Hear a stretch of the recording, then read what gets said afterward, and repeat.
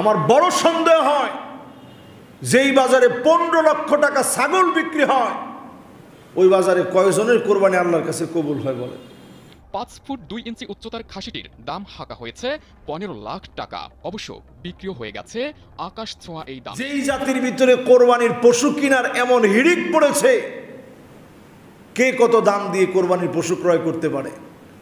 যারা বিক্রি করতেছে তাদেরকেও সাক্ষাৎকার নেওয়া হচ্ছে যে এটার দাম এত বেশি কেন? এটা বংশীয় গরু তো, এই জন্য এটার দামটা বেশি। গরুটার দাম 1 কোটি চাওয়া হচ্ছে। বংশমর্যাদাপূর্ণ গরু, এর জন্য দাম। আমরা মোমেন, আমাদের ইমানের হালত কি চিন্তা করে? অথচ আমার রসুল সারাটা জীবন ছাগল কুরবানি দিছে। ছাগল, আমাদের দেশে যদি কেউ একটা বকরি টকরি কুরবানি দেয় ইজ্জতই থাকে না। কোরবানির নিয়মটা এমন ছিল, আদম আলাইহিস সালামের জামানায় আকাশ থেকে আগুন এসে কোরবানির জন্তুকে জ্বালিয়ে ফেলতো। যদি এইরকম জ্বালিয়ে ফেলা হতো কয়জন আমরা কোরবানি দিতাম? হুজুরা ওয়াজ করতো ঠিক যে ভাই কোরবানিটা দেন, বলতো হুজুর এই বছর আমার তৌফিক নেই।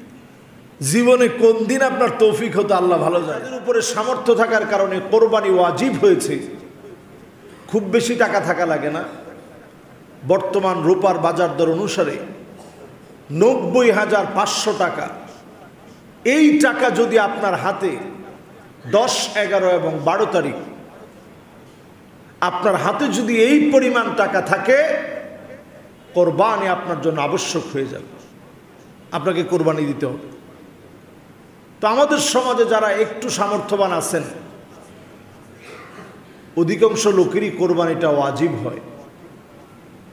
বাংলাদেশে লাখ লাখ কোরবানি হয়, কিন্তু অনেক মানুষ আমরা কোরবানি দেই শুধুমাত্র লোক দেখানোর জন্য। মানুষ আমাকে অনেক বড় কোরবানি দেনেওয়ালা মনে করবে, মানুষ আমাকে অনেক বড় কোরবানি দেনেওয়ালা মনে করবে। যেই বাজারে 15 লক্ষ টাকা একটা ছাগল বিক্রি হয়, আমার বড় সন্দেহ হয় যেই বাজারে 15 লক্ষ টাকা ছাগল বিক্রি হয় ওই বাজারে কয়জনের কোরবানি আল্লাহর কাছে কবুল হয় বলে? কোরবানির নিয়মটা এমন ছিল, আদম আলাইহিস সালামের জামানায় আকাশ থেকে আগুন এসে কোরবানির জন্তুকে জ্বালিয়ে ফেলতো। যদি এইরকম জ্বালিয়ে ফেলা হতো কয়জন আমরা কোরবানি দিতাম?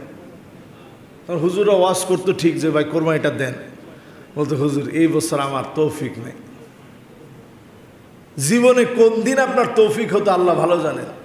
অধিকাংশ লোক আকাশ থেকে আগুন এসে যদি আপনার গরু ছাগলকে জ্বালিয়ে দিত, আমরা অধিকাংশ লোক কোরবানি দিতাম না।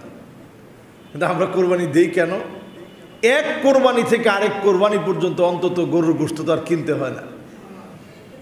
ফ্রিজ লাগলে, এবং ওয়ালটনের ফ্রিজে বিশাল ছাড় চলে দেখবেন। শুধু ওয়ালটনের কথা বলছি না, সবারই ছাড় চলে। সিঙ্গার বলেন, এলজি বলেন, ওয়ালটন বলেন, সবার বিশাল ছাড়। কোরবানি উপলক্ষে একটা কিনলে আরেকটা ছাড়। এইরকম বিজ্ঞাপনও দেখছি যে কোরবানির পশুটা কিনলে ফ্রিজ সাথে দিয়ে দেওয়া হবে। তাহলে আপনি বুঝেন এই জাতির কয়জনের কোরবানি কবুল হয় আল্লাহর কাছে? যেই জাতির ভিতরে কোরবানির পশু কেনার এমন হিড়িক পড়েছে, কে কত দাম দিয়ে কোরবানির পশু ক্রয় করতে পারে? যারা বিক্রি করতেছে তাদেরকেও সাক্ষাৎকার নেওয়া হচ্ছে যে এটার দাম এত বেশি কেন? এটা বংশীয় গরু তো, এই জন্য এটার দামটা বেশি। আমরা মোমেন, আমাদের ইমানের হালত কি চিন্তা করে? অথচ আমার রসুল সারাটা জীবন আমার রসুল ছাগল কুরবানি দিছে। ছাগল কাবাসান, একটু নাদোষ নদোষ দেখে নবীজি সাল্লাল্লাহু আলাইহি সাল্লাম কোরবানি করছেন। আর আমাদের দেশে যদি কেউ একটা বকরি টকরি কুরবানি দেয় ইজ্জতই থাকে না। ছেলেবেলে বলবে নাউজুবিল্লাহ, আপনি যে কি করলেন, আমাদের ইজ্জত বলতে আর কিছু থাকলো না। এই ইজ্জতের জন্য যারা কোরবানি দিবেন, কসম আল্লাহ, এই কোরবানি আল্লাহর কাছে কবুল হবে